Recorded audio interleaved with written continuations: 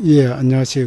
이번 시간에는 비영업 대금의 이익, 비영업 대금의 이익에 대해서 살펴보도록 하겠습니다. 그, 비영업 대금의 이익이 뭐냐 하면은, 말 그대로 영업이 아닌 것, 일반 개인 간에 돈 빌려주고 이자 받는 그거를 비영업 대금의 이익이라고 합니다.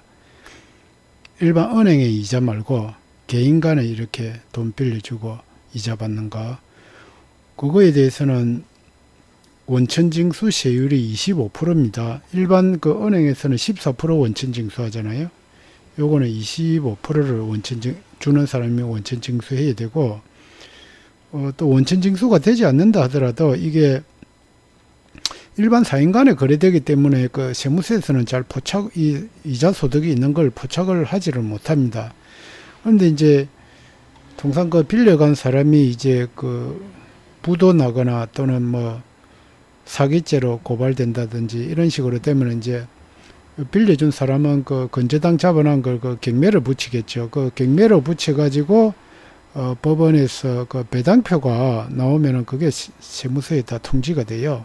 그거 보고 이제 이 빌려준 채권자한테 비영업 대금의 이익에 대해서 세금 내라고 가산세까지 붙여가지고 이렇게 과세예고 통지가 나오고 있습니다.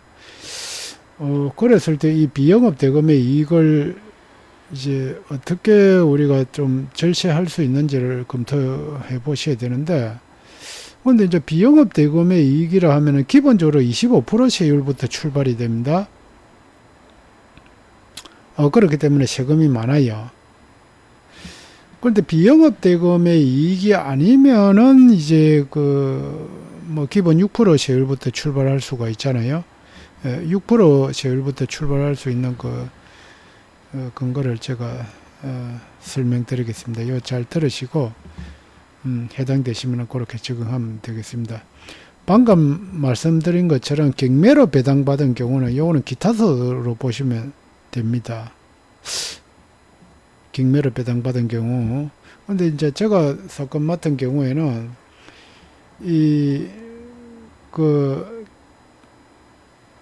그러니까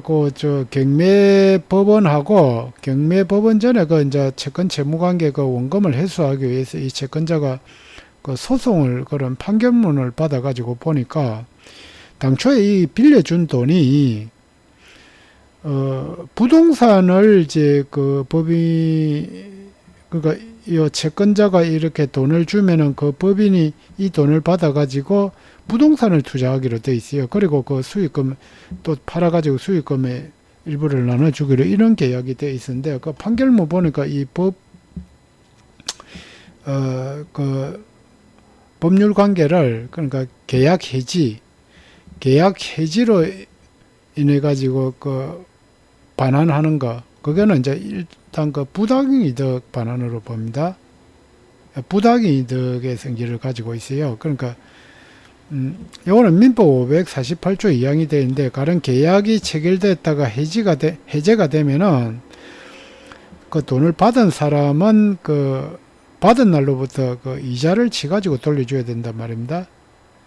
그런 성질로 그게 이제 부당이득 반환인데, 근데 이제 소득세법에 보면은 이거 부당 계약 위약으로 해가지고 이거 돌려주는 거는 부당이득 계약의 해지로 돌려주는 이거 부당이득에 대해서는 기타 소득으로 보도록 되어 있습니다. 그런데 이제 계약 자체가 그러니까 비영업 대금 이익은 그러니까 말 그대로 돈을 빌려주고 이자를 받는 건데, 이거는 비영업 대금의 이익이 아니고 이 부동산 투자 계약이기 때문에 비영업 대금의 이익이 아니라고 그렇게, 그러니까 정상적인 이자를 받는다 하더라도 비영업 대금의 이익이 아니다. 비영업 대금의 이익은 돈을 꾸어줬을 때 비영업 대금의 이익이지. 그래서 경매로 이런 식으로 받았을 때는 부당이득 반환으로 봐가지고 지급받은 이자가 기타 소득으로 보도록 되어 있습니다. 또는 만약에 이런 식으로 또 경매를 이런 식으로 아니라 하더라도 실질이 그러니까 금전 소비대차 계약에 의해 가지고 정상적으로 받는 이자는 당연히 비영업 대금의 이익이겠죠. 그런데 이제 이자가 연체되고 돈을 안 주 가지고 여기서 소송을 걸어가 이제 뭐 소송을 걸으면 일단 계약이 해지되는 거잖아요. 계약 해지로 인해 가지고 그 이후에 받는 거는 그거는 아까 방금 말씀드린 것처럼 기타 소득에 해당이 됩니다. 그러니까 비영업 대금의 이익이라는 건 정상적으로 이렇게 이자를 수령했을 때는 비영업 대금의 이익이 많은데 금전 소비 대책에서 그런데 이제 계약 해지 이후에 이렇게 부당이득으로 받는 거. 그러니까 부당이득이라는 거는 그 계약 해지하면은 원상 회복 의무가 있잖아요. 그 원상 회복을 하는 걸 어떤 식으로 하냐면은 그 돈을 받은 사람은 받은 시점부터 이자를 치 가지고 줘야 됩니다. 그래서 그 이자는 부당이득으로 지급하는 것이지 요 금전 소비 대차 계약에 의해서 지급하는 것이 아니다. 그래서 요거는 기타 소득으로 보셔도 무난하겠습니다. 그 다음에 원금 및 보니까 뭐 다단계나 이런 식으로 해가지고 이게 지금 좀 문제가 많더라고요. 그 사건들이 다수 있는데 몇 달치 이자만 이제 주다가 이렇게 잠적해버린 거예요. 그런데 이제 채권자는 이거 원금도 뭐 거의 다 떼어버리고 이자 몇 푼 뭐 서너 달 받다가 그 받은 게 전부 다인데 그 세무서에서는 이 기간과세의 원칙상 돈 떼인 거는 떼인 거고 받은 때에 그 기간에 대한 이자는 비영업 대금으로 이렇게 소득세 과세하고 통지가 나오고 있습니다. 요거는 조금 어려운 케이스인데 그러니까 이자 받을 때는 정상적인 것이었다. 기간 과세인 소득세가 이자 받았을 때 정상적으로 받았으면 그거는 이자 소득이 아니냐. 그렇게 해가지고 지금 과세하고 통지가 나오고 있는데 그런데 요거는 조금 좀 어려운 상황인데 이거를 그러니까 그 소득세법 규정을 보시면은 요 51조 7항에 나와 있어요. 해당 과세 기간에 발생한 비영업 대금의 이익에 대하여 다음 연도 5월 달에 확정 신고하잖아요. 그 전에 이거 해소할 수 없는 채권이 판명되면 원금을 먼저 차감하도록 되어 있습니다. 그러니까 2020년도에 이자를 많이 받았어요. 보통 월 5% 이런 식으로 받죠. 그렇게 되면 연 60% 이자를 받는데 그런데 몇 달치 받았는데 2021년 5월 달에 요 이자 소득세 신고하기 전에 이 회사가 부도가 났다든지 저기 있습니다.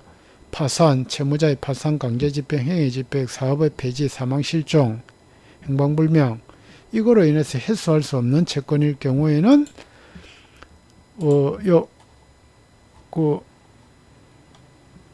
원금을 먼저 차감하도록 되어 있다. 그러니까 기존에 받은 그게 이자 소득이 아니고 원금이다 이런 식으로 가능한 거예요.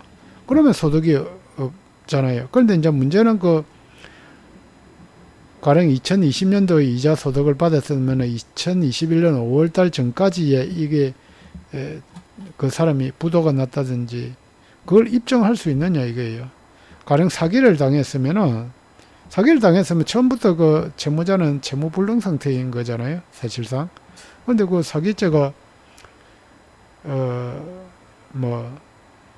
이제 확정이 됐다든지 뭐 그런 식으로 뭔가가 주장이 돼야 되는데 요거는 소득세법 51조 7항에 나와 있는 거고 그런데 요 아까 전에 5%씩 월 5%씩 이렇게 받아버리니까 이자제한법을 초과하여 수령한 이자는 어떻게 되느냐. 근데 이자제한법에 보시면은 여기 보면 초과하는 부분은 무효로 하고 있거든요.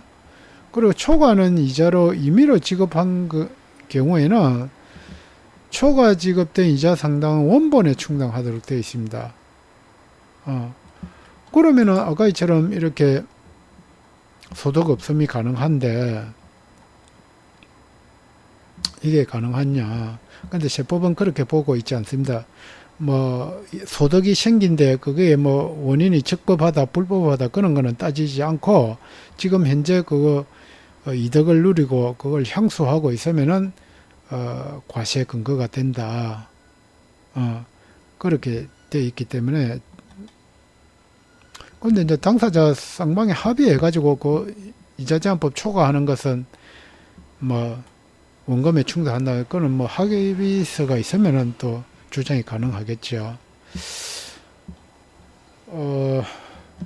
하여튼 뭐 여러 가지 복잡한 사건이 있는데 어쨌든 비영업대금의 이익이 이렇게 막 돈을 서로 못 받아가지고 계약이 해지되고 경매가 들어가고 뭐 형사 고발되고 이런 사안에서 이걸 또 어떻게 좀 줄여볼 수 있느냐.